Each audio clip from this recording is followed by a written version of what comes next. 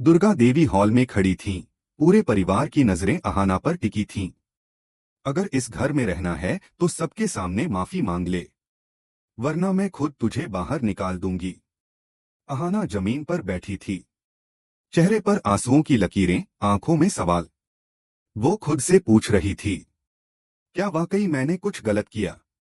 दीवार पर लगी माँ दुर्गा की तस्वीर की ओर देखकर बोली, माँ, अगर मैं बेगुनाह हूँ तो सच्चाई जरूर सामने आएगी। तभी पीछे से कदमों की आवाज आई। अहाना मुड़ी, सामने सोतूदा खड़ा था। उसकी नजरों में झलकता भरोसा अहाना को हिम्मत देता है। सोतूदा, अहाना, सब कह रहे हैं कि तुमने नशे में तमाशा किया, लेकिन मैंने तुम्हारी आंखों में सच्चाई देखी। बताओ, सच क्या है?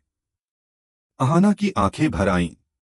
टूटे स्वर में बोली, मैंने कुछ नहीं किया। किसी ने मुझे फंसाने की कोशिश की है। सोतूदा का हाथ जोर से मुट्ठी में बंद हो गया।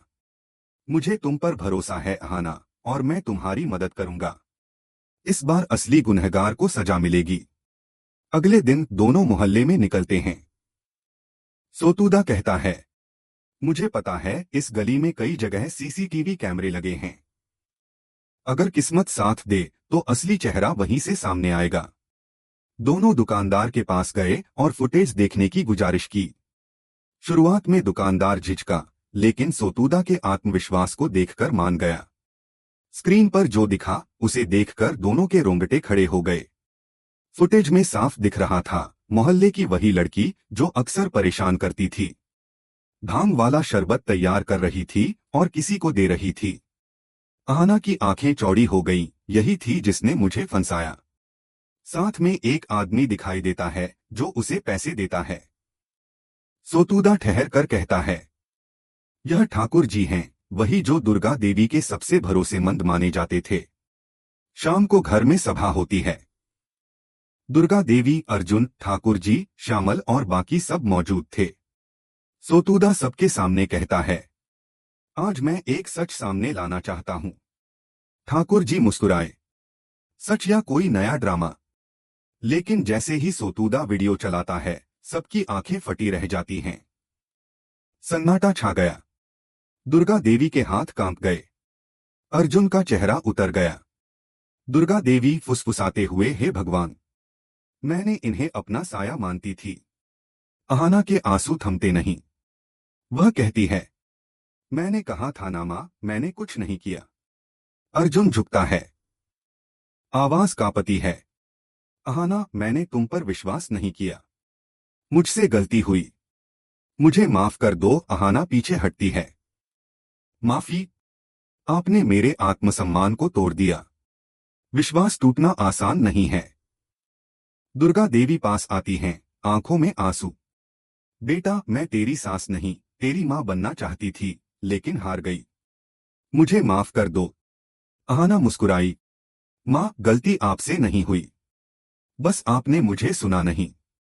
ठाकुर जी गुस्से में बोले, यह सब झूठ है, यह फुटेज नकली है। तभी श्यामल बोली, नहीं ठाकुर जी, अब झूठ नहीं। आपने मुझे कहा था कि अहाना को बदनाम करना है और बदले में पैसे देने का वादा किया था। ठाकुर जी का चेहरा उतर गया। दुर्गा देवी गुस्से में, आज के बाद तुम्हारा इस घर में कोई हक नहीं। निकलो यहां से। घर के लोग सन्न रह गए। सोतूदा मुस्कुराया, सच देर से आता है, लेकिन आता जरूर है। अगले दिन अहाना मंदिर में थी। मां दुर्गा के सामने दिया जलाते हुए कहती है, मां, सच्चाई की जीत हुई, लेकिन मेरा दिल अब भी टूटा है। अर्जुन ने जो किया वो मैं भूल नहीं सकती। पीछे से अर्जुन की आवाज, एक मौका दो, मैं खुद को साबित करूंगा। अहाना चुप रही, सिर्फ इतना बोली, विश्वास टूटा है, इसे जोड़ने में वक्त लगेगा। वह मंदिर की सीढ़ियां उतरती है, चेहरे पर आत्मविश्वास और आंखों में दृढ़ता। सोतूदा दूर से देखता है, मुस्कुराता है, तुम जैसी लड़कियां ही इस दुनिया की असली ताकत हैं। कहानी यहीं खत्म नहीं होती। आने वाले एपिसोड में दिखाया जाएगा कि ठाकुर जी बदला लेने लौटे हैं, लेकिन अब अहाना पहले जैसी मासूम नहीं रही।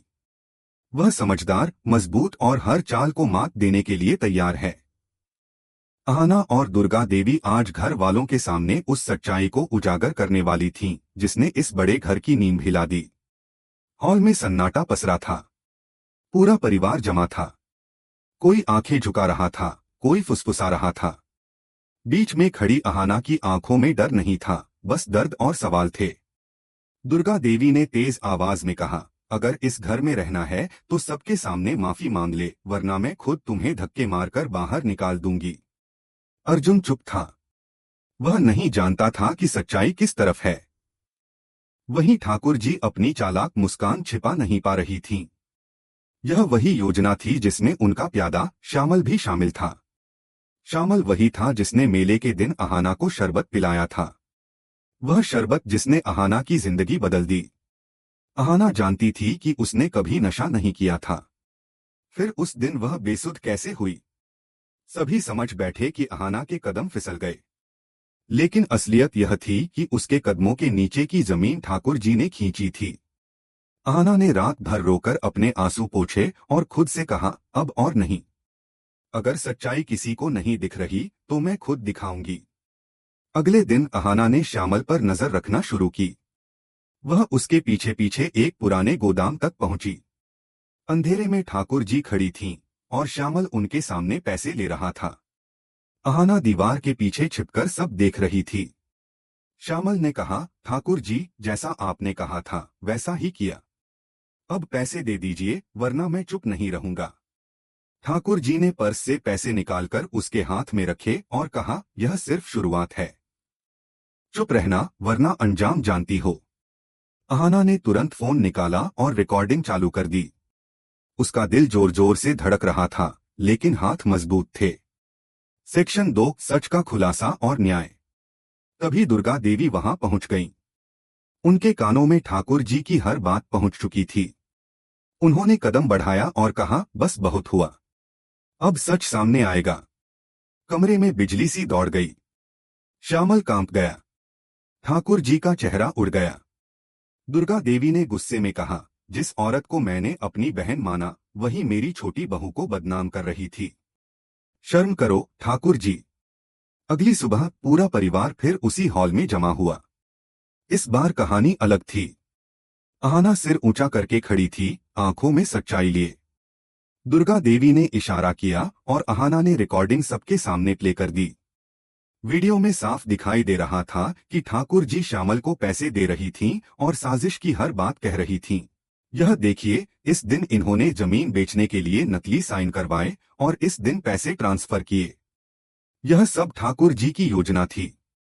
भीड़ में फुसफुसाहट होने लगी।